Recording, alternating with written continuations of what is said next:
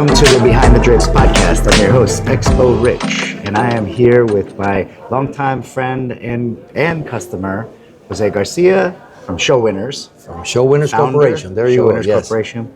And well, thank you for meeting with me today here at SISO in the beautiful Kiawah Island. Yeah. And not only, have we worked together for some years, but over the years here, the last 10 years, I've been coming to SISO. We get to hang out, away from our normal, Miami, just in the grind. So it's always nice to come to a beautiful destination. Yeah, relax a little bit and enjoy and learn and mingle and network. Absolutely. That's good. Absolutely. So I always like to talk to people that are the show organizers, founders, and people such as yourself, especially ones that really like grassroots and grow and launch shows, and really dig in on like, where does that all begin? Like, how did you first begin in this industry? By accident. Yeah.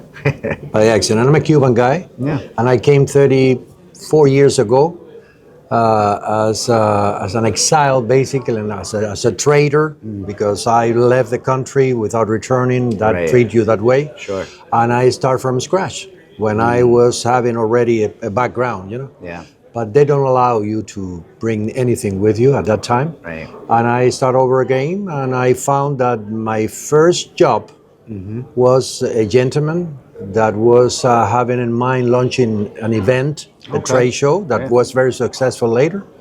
And he was just launching the show and looking for people. So I met with him and he hired me.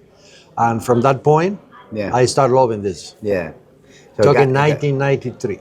Got in your blood right away, and Yeah. It's a place. It's a place, and I love this kind of excitement, and everything is new. I'm telling that I can repeat the show 15 times, 20 times, but every year is different. Yeah. And that's what brings a challenge. Yeah, absolutely, and especially because you've been on the forefront of a lot of like fast-moving technology shows, like when we talk about like water, and we talk about water in terms of like where we get it, purification, and the access, and then green energy and all the green events, things that you've done.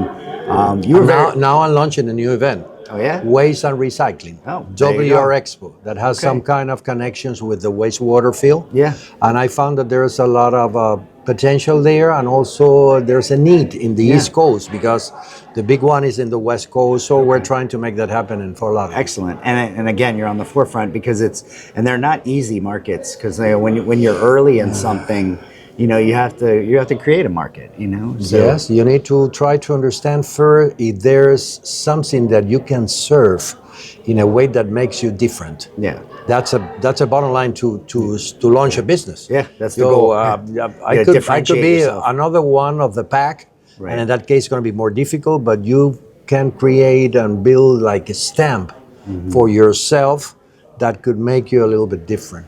Well, what would you say your differentiator is? Like, Okay, for instance, we're not a huge show.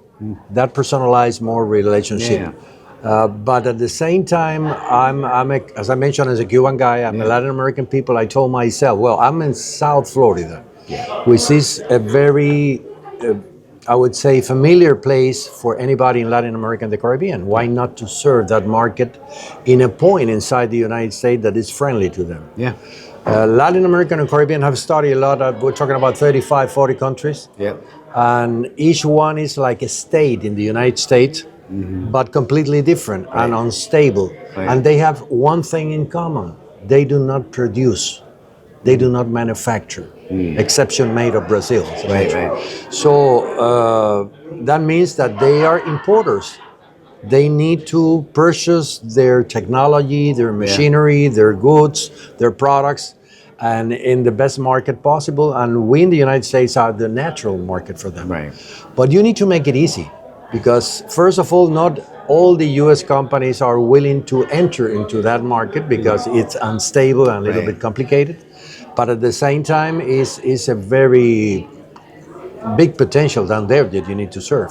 So that's what I built in as a special stamp. So probably I'm the only water show. There are many very good in the US that also serves Latin American and Caribbean. Yes. We are the only waste and recycling show in the US that also serves Latin America and the Caribbean without forgetting, of course, the US market, which is the main that we serve. Right. Yeah. And I mean, being Miami, we know we are the gateway to Latin America. Exactly. So prime location for that, and that's very smart for you to lean in on that niche experience. You remember that I started doing those shows in Miami. Last 2 years, I decided to upgrade, to upscale a little bit, and I moved to the Broward County Convention Center in Fort Lauderdale. Yeah. It's more friendly to gringos to come over. Right. But also, Fort Lauderdale has got such access to the Caribbean. There you go. Yeah, so I made a research in the people that I used to bring over, and they didn't feel reluctant that I moved the show to Fort Lauderdale. Yeah. It's very friendly. Have a good airport. Right. We have some entertainment that have developed, the beach nearby. Yeah.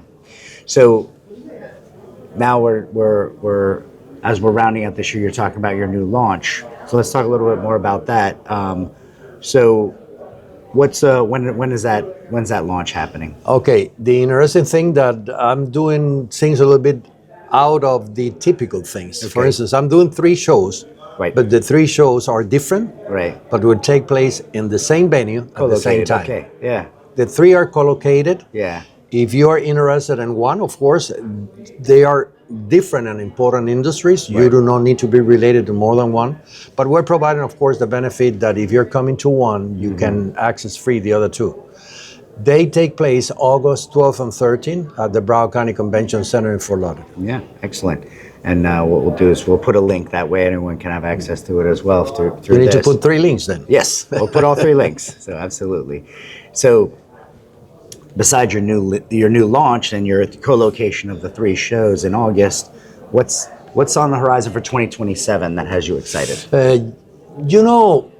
I learned in this moment that we live that you can plan ahead, but you don't want to plan ahead so solid that you cannot adjust along the road if needed. True. Very true. Because we're living in a very interesting moment. It's a challenging moment.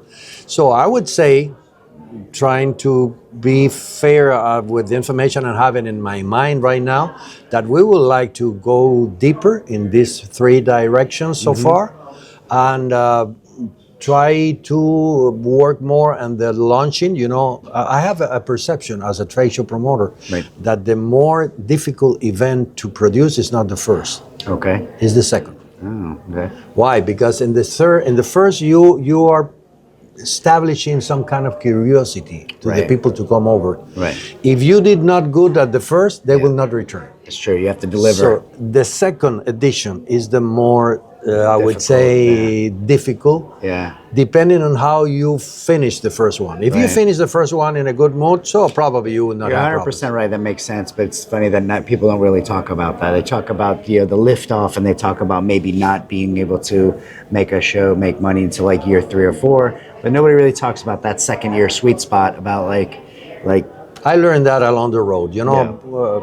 I entered into the trade show industry when I arrived in '93. We're there for as an employee for about, I would say, 8 years, and I create my own company, and I have launched different kind of events. We produce in-house everything. Yeah. So the logo, the concept, the name, the website, the product, we're selling by ourselves. And we manage the show, and it's able to give us a good relationship with service providers like you, and along the road to build some kind of a friendship relationship. That's a way to work it out, and it's something interesting. So again, we're in this beautiful location of Kiawah Island, and we're here at SISO CEO Summit. Can you tell me about why do you keep coming back to SISO? What's the value that you find coming to SISO? I need to be transparent. I skipped the last 2 SISOs for different reasons that had not to do with SISO itself. We're having some other priorities at that time. Anyway, but this is my coming back after 2 years. And I always found the same here. You're getting the latest information. You mingle with your peers. You learn from them.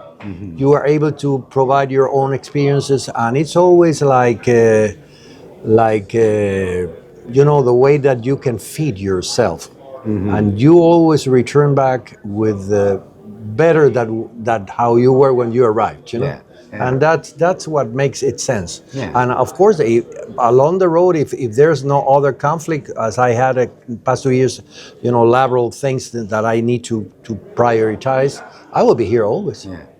That's great. Well, thank you so much, Jose. Nice, my friend, and good luck, and the best for SISO and for us that we are part of that.